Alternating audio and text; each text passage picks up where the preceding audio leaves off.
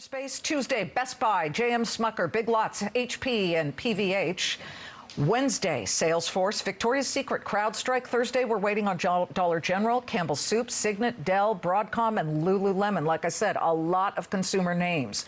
But arguably, none of those names has the muscle that three key pieces of economic data out this week maybe have to power or pound the market. So let's get you geared up with all of it. And our floor show, we're joined by Interactive Brokers Chief Strategist Steve Sosnick and Carnivore Trading's Dutch Masters. Steve, great to have you here. Let's talk about that economic calendar. Wednesday, ADP and the second quarter prelim GDP number. Thursday, the Fed's favorite inflation gauge, PCE.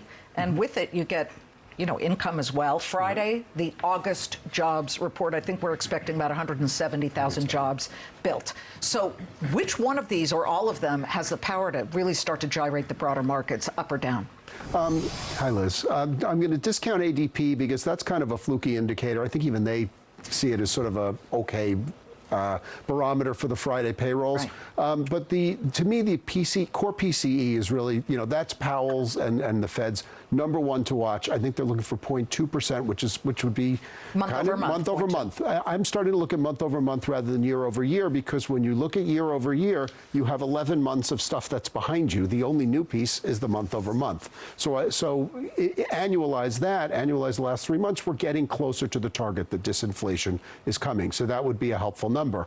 And of course, the payrolls numbers are always big to watch. 170 would be down a bit from where we've been. There are some, I think, adjustments potentially coming as well.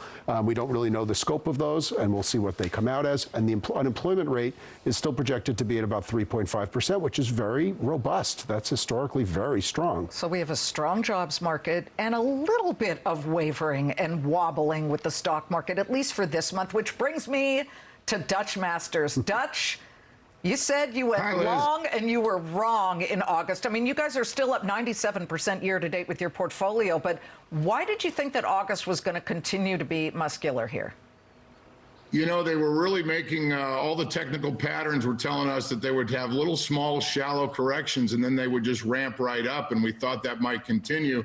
And then August 1st, 2nd came around, and this thing flipped right upside down and just went straight down on a lot of our positions.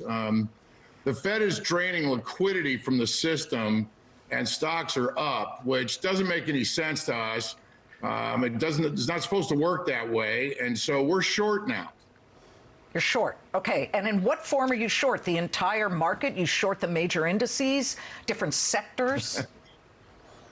We actually, our biggest short is we think that there's going to be banking crisis 2.0. So we bought the inverse ETF, FAZ, in size, and we also are short the S&P 500, the Dow, technology stocks, the real estate sector, and the Russell 2000. Okay, so Steve is here with Interactive Brokers, and Dutch, you know this. Steve has a huge number of traders on the platform. Steve, what are you seeing as far as the flows are considering?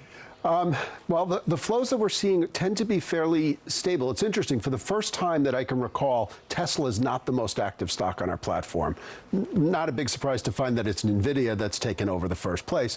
We find that for the most part, it's a pretty stable list. They keep trading in the same sort of names that Dutch just referred to, all the what I'm going to call the usual suspects, the NASDAQ mega caps. And then you always get things flirting onto the list from time to time as volatility presents itself, like VFS came out of nowhere to join our top 25 list because it's volatile. Can you look at 30,000 feet and see whether people are heavily long, heavily short? I mean, Dutch is going short after a rough August. I can't see positions. That's the Chinese wall. I can't see activity. And the activity, I think, has been relatively neutral and opportunistic. I think even though we've come off a little bit, the traders still look to be buying dips and selling rallies when they can, although buying the dips has gotten a bit more treacherous for many of them than it's been, obviously. Well, one of the big winners as far as sectors are concerned, and Dutch, I know you saw this today. I'm not sure what kind of exposure, if any, you have to Chinese stocks, but some of these names are up 7%, 5%, 6%, looking very strong. JD, Weibo, we've got some of them here. NetEase is up 4.6%. Many of them are off their highs of the session, but a lot of this has to do with China announcing multiple stimulus measures. Plus, you've got Gina Raimondo, U.S. cabinet member, who's on the ground in China.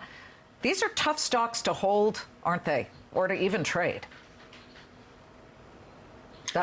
These stocks will shake you out. They'll shake and bake. We said about a month ago that the Chinese stimmy was coming and that it might actually help our markets as well. It took a little while for that to come around. The stocks really aren't much different in price than where they were a month ago when we called it. So, we're moving around. A lot of stocks we're seeing in the U.S. have just crashed down through their 50-day support levels and their 200-day support levels.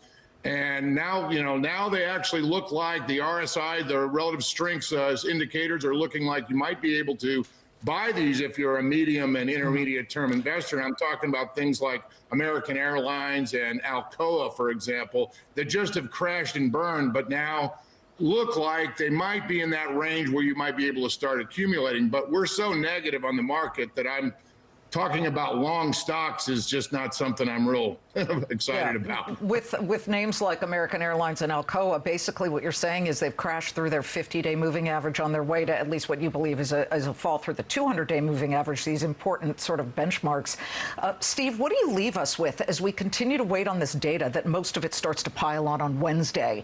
Where do you see the markets when we do have Chairman Powell saying that, at least the markets say with Fed funds futures that September meeting, there will not be a move. But now we're starting to see that maybe November, there will be a move. Well, I think we are data dependent. I hate to echo the Fed. But to me, the most important thing, and Dutch referred to it as well, is we're fighting the Fed. The Fed right now is they're not, if they're not tightening, they're still not easing. Agreed. And I've said various times, a peak and a pause does not mean a pivot. So the idea that we're expecting rate cuts as early as first or second quarter really next year is probably premature, barring the ability to just say we've whipped inflation, which seems unlikely, or a recession call, which when the Fed would have to act, and we really don't want to. No one wants to root for that. So be very careful what you wish for in this sort of stuff while we fight the Fed. Steve, Dutch, good stuff. Thank you both very, very much.